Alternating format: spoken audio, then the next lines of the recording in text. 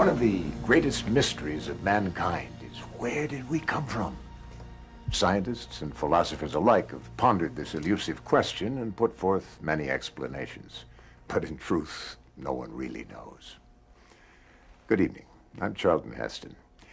In their search for answers, scientists gather evidence and develop theories based on what they observe. But sometimes evidence turns up that completely contradicts this. Footprints resembling modern man's were discovered in Texas, side by side with dinosaur tracks. Does this mean that man lived millions of years ago, at the time of the dinosaur? These 70-ton blocks were somehow transported to the Peruvian mountain temple of Ollantaytambo.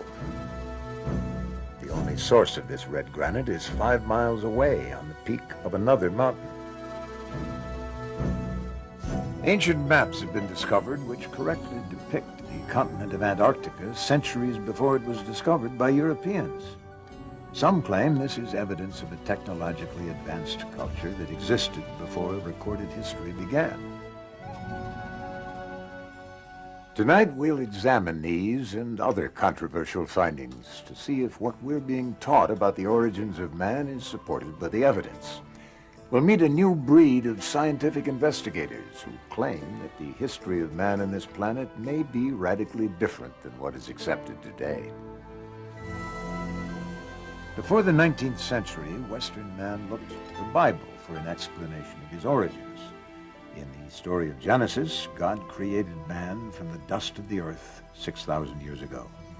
But when man dug into the earth for answers, he found evidence that appeared to tell a different story. Evolution. In 1859, Charles Darwin published his book, The Origin of Species. This book put forth the revolutionary idea that all life on Earth could be explained by the workings of nature. Instead of a supreme being creating the diversity of life, the theory of evolution proposes that accidental changes in nature are the cause. These changes are governed by the process of natural selection, survival of the fittest. Over the past 2 centuries, archaeologists have collected bones and artifacts that suggest there's a logical sequence of evolutionary steps from ape to man. Man's earliest relatives were ape-like beings who appeared around 25 million years ago. The first of those to walk upright emerged 20 million years later. Over the remaining 5 million years, he continued to evolve, passing through various stages of development until modern man, like ourselves, emerged over 100,000 years ago. Archaeologists determine the age of artifacts by the level of strata or layer of earth they're found in. Recent artifacts associated with modern man are generally found close to the surface, while older, more primitive artifacts are in deeper layers of the ground. But sometimes artifacts are found that break all the rules. Archaeologists call them anomalous artifacts. What happens when we find a modern human skull in rock strata far beneath even the oldest of man's ancestors? In their controversial book, Forbidden Archaeology, Michael Cremo and Dr. Richard Thompson have documented hundreds of these anomalous artifacts which have yet to be explained. The basic body of evidence that we've uncovered in this book suggests that human beings of modern anatomical type have been existing for many, many millions of years into the past. In 1880, California state geologist J.D. Whitney was intrigued by an unexpected discovery made 300 feet under Table Mountain. While digging for gold, miners unearthed a variety of stone tools, such as mortar and pestles and ladles. Incredibly, the rock strata the tools were reportedly found in was dated as early as 55 million years old. Whitney made a thorough report in these finds and came to an unsettling conclusion. Man could be millions of years older than the current evolutionary model suggests. This bizarre evidence seems to have been well documented, yet the general public and many within the scientific community are unaware of these controversial finds. The question is, why haven't we heard of these discoveries before? Oh, I think we're talking about a massive cover-up.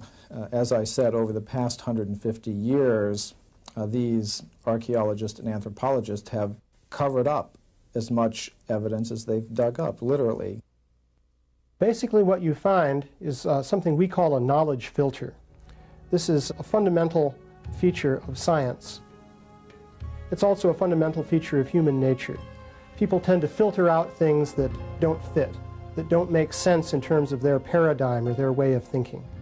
So in science, you find that evidence that doesn't fit the accepted paradigm tends to be eliminated.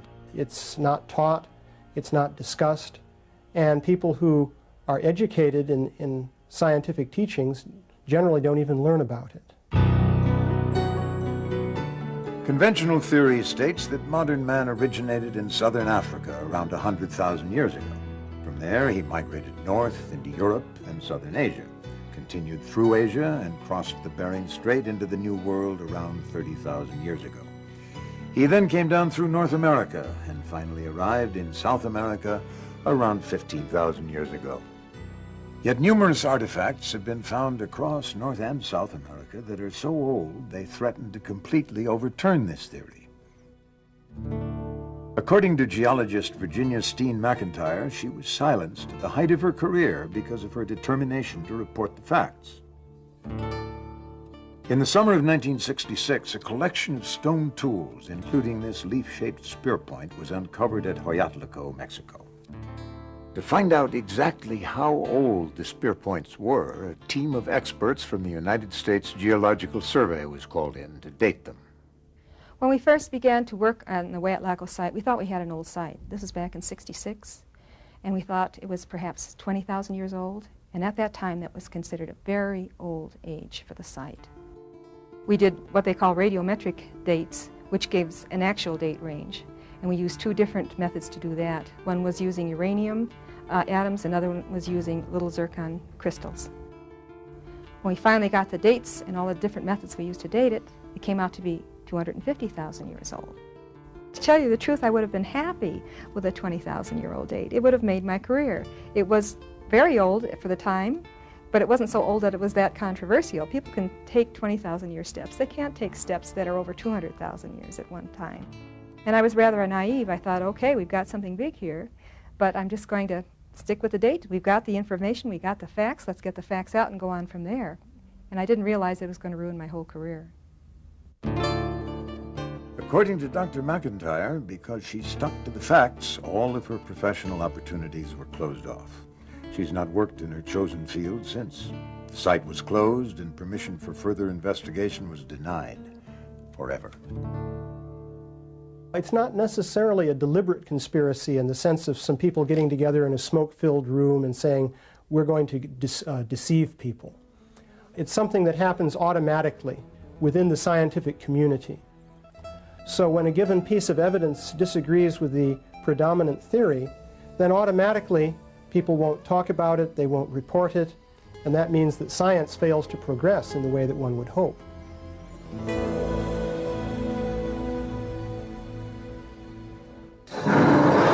Dinosaurs left their tracks on this riverbank 100 million years ago.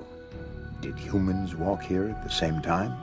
Next, a man who claims these prints are proof that humans lived with the dinosaurs. Ever since dinosaurs were first discovered in the 18th century, they've fascinated people of all ages. The Tyrannosaurus rex stood over 30 feet in height. He's considered the most ferocious predator ever to walk the earth. A brontosaurus grew to the length of 3 city buses. He weighed more than 90 tons. The reign of the dinosaur ended, according to one theory, when a giant meteor crashed into the earth with the force of thousands of hydrogen bombs. A cloud of dust was raised, which blocked the sun for years. This marked the end of the dinosaurs. According to conventional scientific theory, no human beings were alive then to witness these events. Or were they? Over 100 million years ago, the limestone bedrock of the Paluxy River in Texas was a muddy plain. It was here that countless dinosaurs left their footprints to be fossilized and preserved forever. But the tracks of another creature have also been preserved in these banks. possibly the tracks of man. Archaeologist Carl Bau has led the investigation of these controversial prints for over 12 years. My reaction was one of shock. I had heard of human footprints being found in this locale on the Paluxy near Glen Rose, Texas, but I was rather skeptical.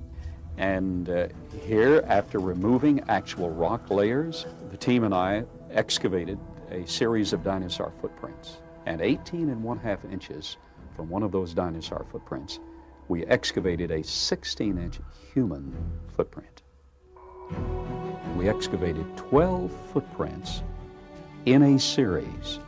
And when you find a trail with left, right pace and stride, the right distance apart, then you have to interpret this as belonging to humankind. It's been claimed that the Paluxy River footprints are a hoax carved into the limestone bedrock as a tourist attraction. Well, we found trails leading under limestone ledges and actually removed the limestone ledges one slab of rock at a time. And we found that both the dinosaur footprints and the trail of human footprints continued under the rock ledges. This evidence is real. Today, many of the so-called human prints have fallen victim to erosion and the hands of vandals. But Carl Bau is in possession of one of the most compelling prints ever found. What you are about to see is the most controversial artifact in his collection. I first saw the Burdick print on my initial visit to Glen Rose in 1984. My impression at that time was that it was too perfect. But it's clearly a human footprint, demonstrating the heel section, the arch, the base of the metatarsals, the first or great toe, second, third, fourth, and fifth toe. After our examination of this print, we find that it definitely is in the Cretaceous limestone, in the same formation with the dinosaur footprints. Here we're looking at a cross-section, and we can see very obvious following contours under the great toe, and actually structures under each one. Where we see the calcite inclusion, the force was concentrated and produced these load-bearing structures, which are exactly what geologists look for. We have eliminated the idea that it's carved. It definitely is original impression in the sediment. This is said to be the fossilized finger of a human being. It too was reportedly found in the same strata as the dinosaur tracks, dating to over 100 million years old. It had what appeared to be a nail, what appeared to be a cuticle, a taper, a humanoid shape. After I saw the CAT scan, there was no longer any room in my mind for doubt. This scan shows the shape of the finger, it shows tissue beneath the skin of the finger, it shows the bone, it shows the joints, it shows a ligament. That tells me this is a human finger. The limestone layer that preserved these artifacts is reportedly dated at around 135 million years old. Yet, as we saw earlier, objects have been found in rock strata much older than this. In Klerksdorp, South Africa, hundreds of metallic spheres were found by miners in Precambrian strata, said to be a fantastic 2.8 billion years old. The controversy centers around the fine grooves encircling some of the spheres. Lab technicians were at a loss to explain how they could have been formed by any known natural process. According to the curator of the Klerksdorp Museum, Rolf Mars, these spheres are a complete mystery. They look man-made, yet at the time in Earth's history when they came to rest in this rock, no intelligent life existed. They're like nothing I've ever seen before. Author-researcher David Hatcher Childress has written numerous articles on the coexistence of humans and dinosaurs.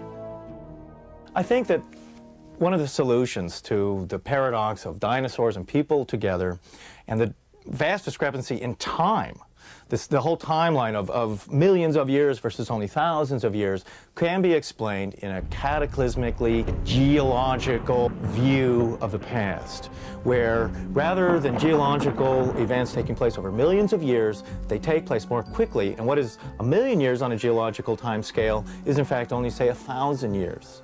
And therefore it's going to bring all this dating much closer to us and make it possible so that in a scientific way, man and dinosaurs can have existed together in the past, and in fact, dinosaurs can still be alive today in small numbers in remote areas of the world. For instance, in 1977, a Japanese fishing boat off New Zealand brought up out of the water the carcass of what appeared to be a plesiosaur, an animal that should have been extinct for millions of years. Although the authenticity of this photograph has never been disproved, skeptics have claimed it's merely the body of a decomposing shark. We've seen a broad range of evidence, some of it highly speculative, but there are enough well-documented cases to call for a closer look at the conventional explanation of man's origins, the theory of evolution. England is the birthplace of evolution's first champion, Charles Darwin. Darwin's theory of evolution proposes that simple life forms, or species, evolve into more complex species by accidental changes over long periods of time. For example, given 5 million years, an ape can evolve into a man. Since Darwin's time, his theory has become central to our understanding of how man came into existence. It's almost universally accepted today. But according to science investigator Richard Milton, Darwin's theory of how man evolved from the apes has some critical problems. The building behind me is London's Natural History Museum. It looks rather like a cathedral or a church, and in a way that's what it is. It's a kind of temple to Darwin's theory of evolution. People come to museums like the Natural History Museum to get answers to their question. Have we evolved from apes? Do humans and apes share a common ancestor? And to look at an exhibit like this, you'd think that question had been answered decisively yes. But the answer is far from decisive. In fact, this representation is an interpretation of the fossils, the interpretation of one group of scientists. There are other interpretations, but you won't find them in this museum or any other museum in the world. In the model of the evolutionary tree, man and apes are said to share a common ancestor. However, evidence of that common ancestor is highly contested. That's why it is still called the missing link. When Darwin's theory of evolution was embraced, it was assumed that in the next century enough fossil evidence would be found to prove that man had evolved from the apes. Darwinists have promised us a missing link, and so they've got to deliver. They've got to come up with one. Any missing link will do, it seems. Every so often a skeleton is found in Africa. Its discoverers describe it as being the missing link, the headlines come and go, and then later on, that skeleton, those bones are reclassified either as human or as ape. And so far, the missing link is still missing. One of the most classic examples of this is the story of Java Man, discovered by Eugene Dubois in 1892. Dubois discovered a very primitive-looking ape-like skull cap, and he discovered this thigh bone about 40 feet away. He said, well, obviously they must belong to the same creature. And that creature walked erect like a human being and had an ape-like skull, so that must be a missing link, the Pithecanthropus ape man. So maybe you had a big ape and a human being living together in Java about 1 million years ago. The important point to make about the Java man discovery is that it's based on a speculative leap in which two pieces of evidence are put together in a way that's not really warranted. At the end of his life, Dubois realized that the skull cap belonged to a large ape, and the leg bone was from a man. Nevertheless, Java Man was prominently displayed at the Museum of Natural History in New York until 1984. Since then, it has been removed. Today, museums all over the world display models of yet another skeleton they call the missing link, the common ancestor of both man and ape. Lucy, the famous Australopithecine, discovered by Donald Johanson. He says she was very human-like. but I was at a conference of anthropologists where many of them were making a case that she was hardly distinguishable from an ape or a monkey. These bones have been restored to resemble a missing link, part human, part ape, and Lucy is now thought of as being our long-lost ancestor. But this is merely an interpretation, the interpretation of one group. Those same bones can be, and they have been taken by scientists, and identified as simply an extinct ape, nothing to do with us at all. Newspapers are constantly reporting new discoveries that add to our understanding of man's origins, but so far, conclusive evidence of a missing link has not been found. So what happens to the evolutionary model if the missing link does not exist at all? Without it, there's little support for man's connection with the apes, and the model simply collapses. Some people have said to me, how can you criticize a theory if you don't have something to replace it with? Well, I don't accept that. If the emperor hasn't got any clothes on, then the emperor hasn't got any clothes on. It's not my fault. It seems to me that if Darwinism is wrong, then somebody has got to point the finger. Next, we will visit the mysterious city of Tiahuanaco, built at an altitude of 12,500 feet, with stones weighing 150 tons. This could be the oldest city in the world, built by a civilization as yet unknown. In order to unravel the mystery of man's origins, we must follow the path of civilization. Now, civilization is said to have spread from the Old World to the New World, but there is evidence that humans were building cities in the New World thousands of years before history tells us. Traditionally, the oldest city in the world is thought to be Jericho in the Old World, dated to around 8000 BC. Yet in South America, the so-called New World, scientists are looking at evidence of a city that could be twice as old. Situated at an altitude of 12,500 feet, Tiahuanaco is one of the most mysterious cities in the world. Traditionally, it's thought to have been built by the predecessors of the Incas 2,000 years ago.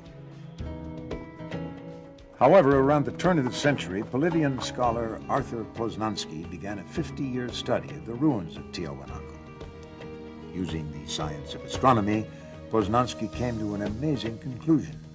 He calculated that Tiahuanaco had been constructed more than 17,000 years ago, long before any civilization was supposed to have existed.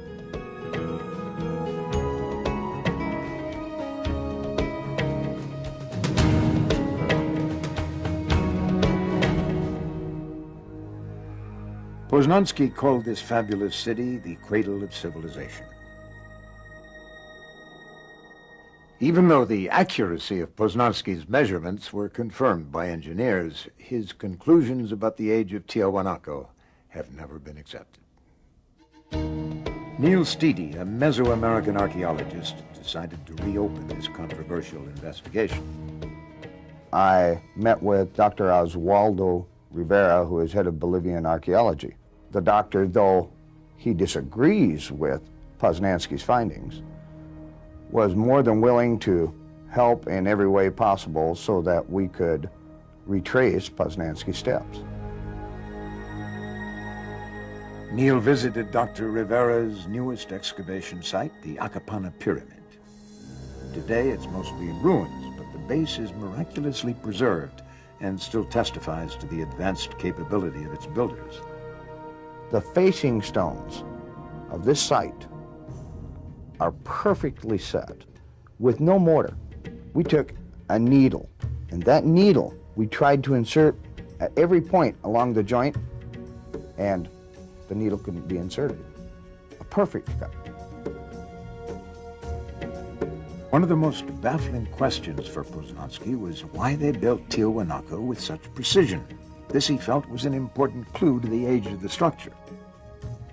Now, the ancients constructed the site with astronomical alignments in mind. As the sun rises each day, it moves along the horizon and arises in a different spot.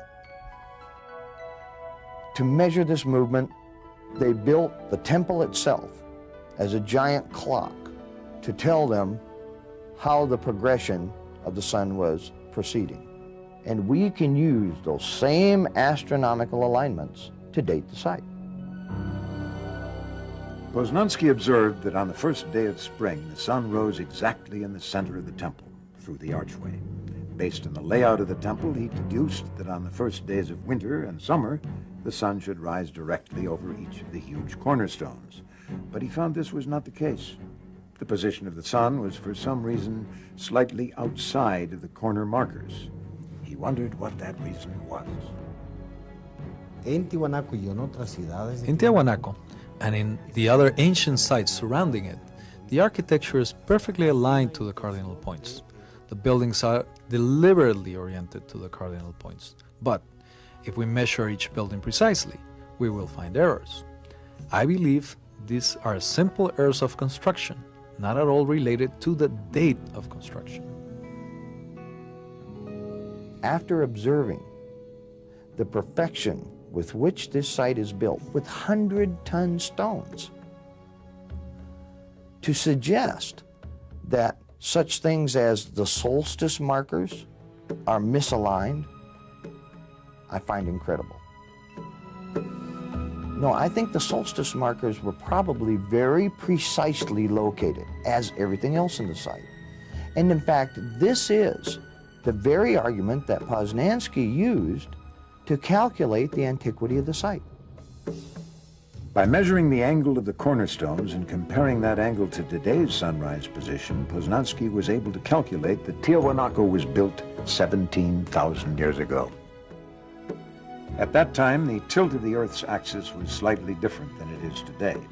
So the summer and winter suns would have risen directly above the ancient cornerstones. The only correction that I would make is that we now have better astronomical measurements due to satellites and computers.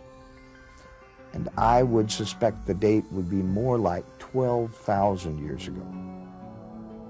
But that still makes Tiahuanaco the oldest city known on the face of the earth.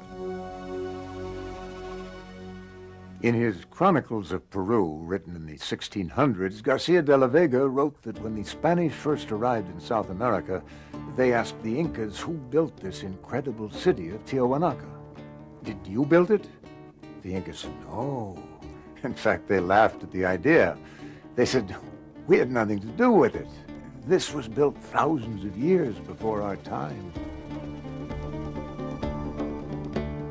The current view says that man arrived in South America around 15,000 years ago, a wandering hunter-gatherer. Yet the evidence we've seen suggests that Tiahuanaco was designed by an advanced civilization. A chance discovery reveals just how advanced they may have been.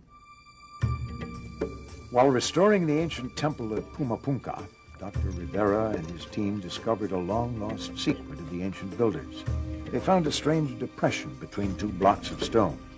Upon clearing out the debris, they noticed the unmistakable glint of metal. Whoever built Tiahuanaco came up with a very ingenious method for holding together the huge stones which they used to build the site. They carved a groove in the edge, and into this groove they would pour a molten alloy, which later hardened into a staple. What I find amazing here is that to move to each site where the staple was needed, they had to have something like a portable smelting plant to maintain this metal in a molten state. Mysterious metal clamps revealed a level of technology far beyond their time. The antiquity and the technological sophistication of Tiahuanaco should make each and every one of us fully question the origins of civilization.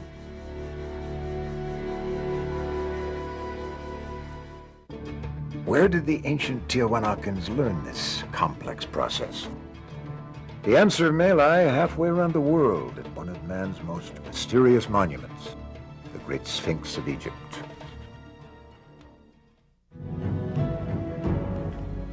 Is it possible that there was an advanced civilization on this planet thousands of years before history tells us? Investigative journalist Graham Hancock considers this to be a very real possibility. He has dedicated 9 years of his life to tracking down the evidence. This monument is one of a category of monuments from all over the world. These monuments have certain things in common. First and foremost, enormous blocks of stone, gigantic, weighing hundreds of tons. Secondly, very precise scientific astronomical alignments. And thirdly, the greatest mystery of all, we don't know who built these monuments. Hancock points to a number of sites throughout the world which exhibit gigantic stone construction. This is called megalithic architecture. The immense fortress of Sacsayhuaman in Peru is comprised of individual granite stones, some weighing 360 tons. That's the equivalent of 2 diesel locomotives. The Osirian in Egypt is made of tremendous pillars of red Aswan granite, some of which weigh over 100 tons. My own view is that what we're looking at here is a common influence that touched all of these places long before recorded history began. A remote third-party civilization unidentified by historians that had a presence in Mexico, that had a presence in South America, that had a presence in Egypt and elsewhere, and that left behind a legacy of knowledge in all of those places. In 1993, an independent Egyptologist, John Anthony West, shocked the world with geological evidence that the Sphinx in Egypt could be 12,000 years old. Recently, astronomer-engineer Robert Bauval, using a computer model of the Giza Plateau, made a startling discovery which seems to confirm this ancient age of the Sphinx. In very simple terms, the first thing that one realizes when you look at the pyramids of Giza is that they're designed along astronomical principles. We're finding that the astronomy is leading us to conclude that the Sphinx was erected in 10,500 BC. And this matches exactly with the ideas that have been developed in the geological analysis of the Sphinx. So there are 2 hard sciences now indicating that the Sphinx could be very, very old, and going back to the 11th millennium BC. According to Graham Hancock, if Tiahuanaco and the Sphinx were both built around 12,000 years ago, they may have had a common source. Consider these similarities between the Americas and Egypt. Both have huge pyramids, precisely aligned to the cardinal points. Temples with megalithic stones, with extremely fine joints of less than a 50th of an inch. Both Egypt and the Americas used royal headdresses of similar style. Both employed a unique style of construction using L-shaped corners. Both used the same style of metal clamps to hold huge stones in place, and both cultures used the process of mummification to preserve and honor their dead. These compelling similarities between Egypt and the Americas suggest to some that a sophisticated group of seafaring people crossed the Atlantic thousands of years before Columbus. A collection of ancient maps suggests they may have had a knowledge of the world which has never been explained. In 1929, rolled up on a dusty shelf in a library in Constantinople in Turkey, a map was found. This map had been drawn in 1513 by a Turkish admiral, Admiral Piri Reis. The strange thing about this map is it shows features of the Earth that nobody in 1513 should have been able to know.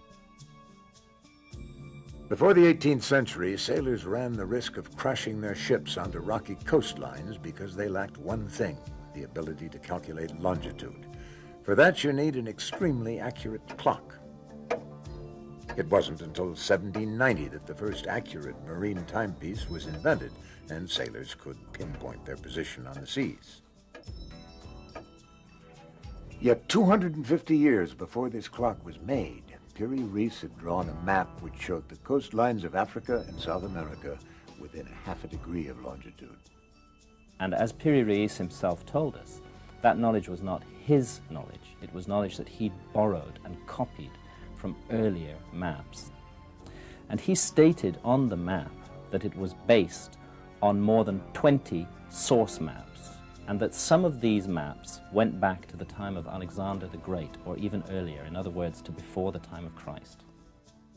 So the mystery is, where did these source maps come from? Who charted the globe long ages ago with an accuracy that we ourselves can hardly match today? A professor of science, Charles Hapgood, was combing through the map room of the Library of Congress when he made a startling discovery. As my eyes fell upon the southern hemisphere of a world map drawn by Orontius Phineas in 1532, I had the instant conviction that I had found here a truly authentic map of the real Antarctica. The mystery of this map is it shows Antarctica as it looks under the ice long before Antarctica is even supposed to have been discovered. And perhaps the greatest mystery of all is that it shows the Antarctic Peninsula not as it looks today, covered by more than a mile of ice, but as it actually looks underneath that covering of ice. Now, we ourselves have only known what the land under the Antarctic Peninsula really looks like since 1958, when seismic surveys were taken across the ice cap. Hapgood put his theory to the test. He compared the Orontius Phineas map with a map of Antarctica as it looks covered with ice. The maps were similar, but details of the coastline were obscured by the ice. Then, using a map created by seismographic survey, he was able to compare the actual coastlines of Antarctica with the Orontius Phineas map. When the maps were overlaid, the similarities astounded him. The clearest deduction of all is that whoever drew up those original source maps thousands of years ago had a level of technology as high as our own. They had explored the whole globe from north to south and from east to west. So this is testimony of an advanced and as yet unidentified civilization in remote prehistory. A woolly mammoth was frozen so quickly that its last meal of buttercups remained fresh in its stomach for thousands of years.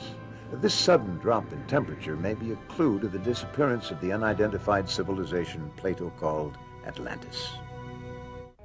If a technologically advanced culture did live on the Earth thousands of years ago, what happened to them?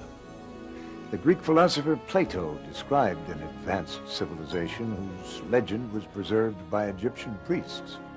As the story goes, Atlantis was a great empire of engineers and scientists who were in many ways more technologically advanced than we are today. It was destroyed 12,000 years ago by floods and earthquakes, forcing its survivors to seek refuge all over the world. For centuries, scientists and explorers have searched in vain for a continent that fits Plato's description of Atlantis. So far, no sign of this vast island empire has been found. Some say it sank into the Atlantic Ocean. Others say it was destroyed by the volcanic eruption of Thera in the Mediterranean. But researcher Rand Flemath believes he's found a location that no one else has ever considered. Atlantis, he says, is buried under 2 miles of ice. Up until now, the search for Atlantis has been restricted to 2 bodies of water, the Mediterranean Sea and the North Atlantic.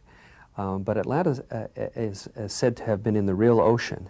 And we now understand that the world has only one ocean, the world ocean. In the middle of that ocean is Antarctica. It's right smack in the middle. And this is where we believe that the mapping of the Earth took place. It's most famously known as Atlantis. Today, Antarctica is a frozen wasteland, virtually uninhabitable. According to geologists, it's been buried under ice for almost 2 million years. How could any civilization have thrived there only 12,000 years ago? A surprising discovery in Siberia may hold the answer. In 1977, a Russian bulldozer operator noticed a block of muddy ice containing a curious dark mass. On closer inspection, he was amazed to see the contours of a small elephant-like creature. He had discovered a perfectly preserved woolly mammoth. In a kind of zone of death all over the northern hemisphere, northern Siberia and northern Canada, we find the frozen carcasses of hundreds of thousands of large mammal species, mainly mammoths, but also woolly rhinos and other creatures of this kind. And when their stomach contents are examined, as they have been, they're found to have been grazing on warm weather vegetation, and yet they're now positioned extremely close to the North Pole. The only theory which really explains this mystery is the theory of crustal displacement, that the land that they were on was shoved into a much colder climate very suddenly. Professor Charles Hapgood was fascinated by the fact that thousands of animals could be frozen completely in a brief moment of geological time, and that ancient maps of Antarctica suggest that it too was frozen over very quickly. For Hapgood, this could only be explained in one way, that entire continents could rapidly change positions on the planet. About 12,000 years ago, there was a displacement of the Earth's crust. The entire outer shell of the Earth moved something like 2,000 miles. And when the Earth's crust shifted, all of Antarctica is encapsulated by the polar zone. And at the same time, North America is released from the Arctic Circle and becomes temperate. So we have ice melting in North America, ice forming in Antarctica. When Professor Hapgood first proposed this theory, it was met with silence from the scientific community, with one notable exception, Dr. Albert Einstein. I find your arguments very impressive and have the impression that your hypothesis is correct. One can hardly doubt that significant shifts of the crust of the Earth have taken place repeatedly and within a short time. This controversial theory is based on a well-accepted fact. The individual continents have been slowly drifting apart for millions of years.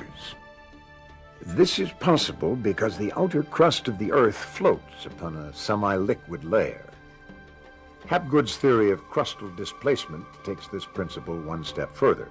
It states that the entire crust of the Earth can shift in one piece, like the loose skin of an orange.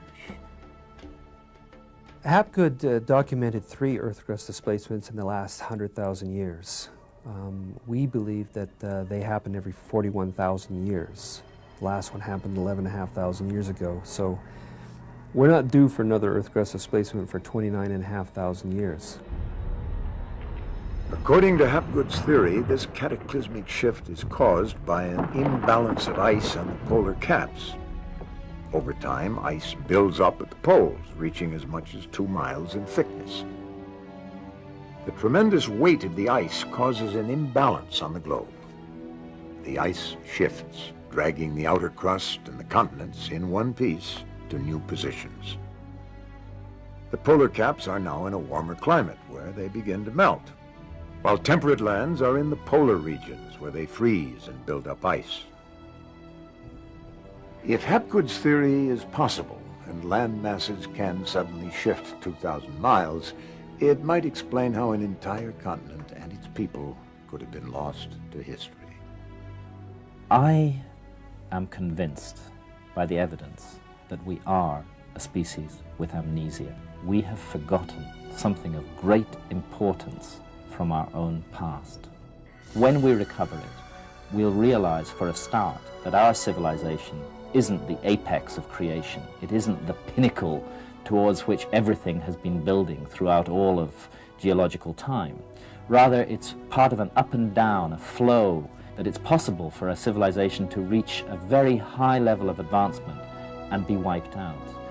This is something we've never really confronted, and we need to confront it. We have met the experts and looked at the evidence that seems to contradict our conventional theories about the human race. Numerous artifacts indicate to some scientists that man could be millions of years old, throwing into question our descent from the apes. Ancient maps and megalithic architecture suggest that an advanced culture may have existed 12,000 years ago, their homeland wiped out by a cataclysm that rearranged the entire face of the planet. It's been said that man has made the climb from Stone Age to civilization more than once, and that our present time is just the latest in this cycle. But only if the evidence is allowed to speak for itself will we ever learn the truth about the mysterious origins of man.